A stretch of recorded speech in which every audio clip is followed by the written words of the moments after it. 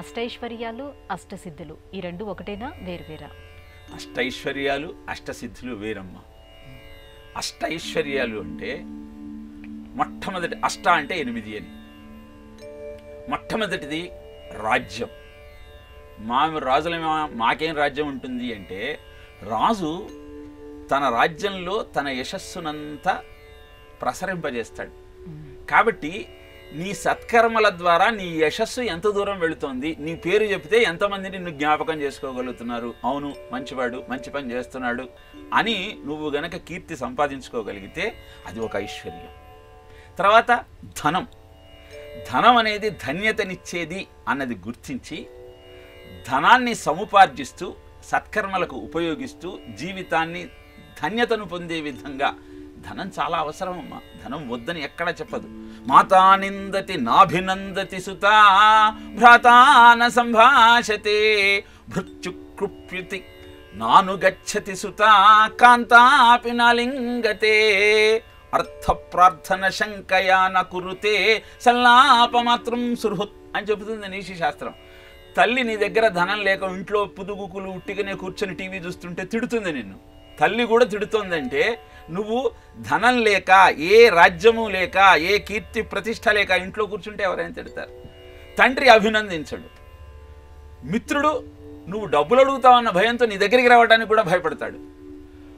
మీ ఇంట్లో ఉన్న సేవకుడు కూడా నిన్ను తిడతాడు. ఇక భార్య కూడా నీ దగ్గరకు వచ్చి ఆనందంగా నిన్ను పలకరించే ప్రయత్నం చెయ్యదు. కాబట్టి ధనం తప్పకుండా ఉండాలి. ఆ ధనం ఉండటమే ఐశ్వర్యం. అది రెండవ ఐశ్వర్యం.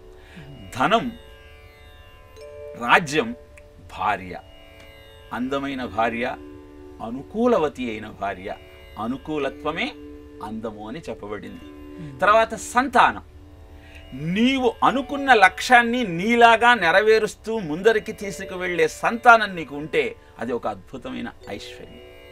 తర్వాత ధైర్యం. ఈ 4 ఉన్నాయి, కానీ కార్యక్రమం చేయడానికి అవసరమైన ధైర్యం నీలో లేకపోతే ఆ ఐశ్వర్యం నీలో లోపించినట్టే. తర్వాత ఆత్మవిశ్వాసం. ఈ పని నేను చెయ్యగ ధృతిర్దుష్టిర్మతిర్దాక్షం అని చెబుతాడు సుందరకాండలో. 4 అద్భుతమైన లక్షణాలు ఎవరిలో ఉంటే వాళ్ళు అన్ని కార్యక్రమాలను విజయవంతంగా నెరవేర్చగలుగుతారు అని. దాంట్లో మొట్టమొదటిది ధృతి, ఆత్మవిశ్వాసం. దాని తర్వాత విద్య. ఎంత యశస్సు ఉన్నా, ఎంత ధనం ఉన్నా, నీకు వివేకము కలిగించే విద్య లేకపోతే అదంతా వృథా. తరువాత వస్త్రేణ వపుషావాచ విద్యయా వినయేన చ వకారో పంచకోపేతి గౌరవం ప్రాప్నోతి పురుష అంటాడు నీతి శాస్త్రంలో. అంటే అన్నీ విద్యతో పాటు ఉండాల్సింది వినయం. లేకపోతే ఇవన్నీ నీకు అహంకారాన్ని కలగజేసేవే. మంచి రాజ్యము, ధనము, సంతానము, భార్య, యశస్సు, విద్య ఇవన్నీ ఉంటే నీలో విపరీతమైన అహంకారం బయలుదేరుతుంది.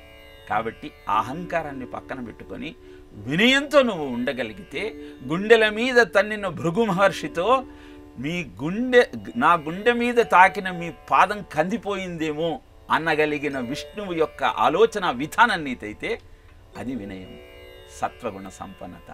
ఈ 8 కలిపి అష్ట ఐశ్వర్యాలు అంటారు. ఇక అష్టసిద్ధులు అంటే అణిమా గరిమా చైవ లఘిమా మహిమా తథా ప్రాప్తి ప్రాకామ్యమీషత్వం వశిత్వం చ అష్టసిద్ధయ అని చెబుతుంది అమరం.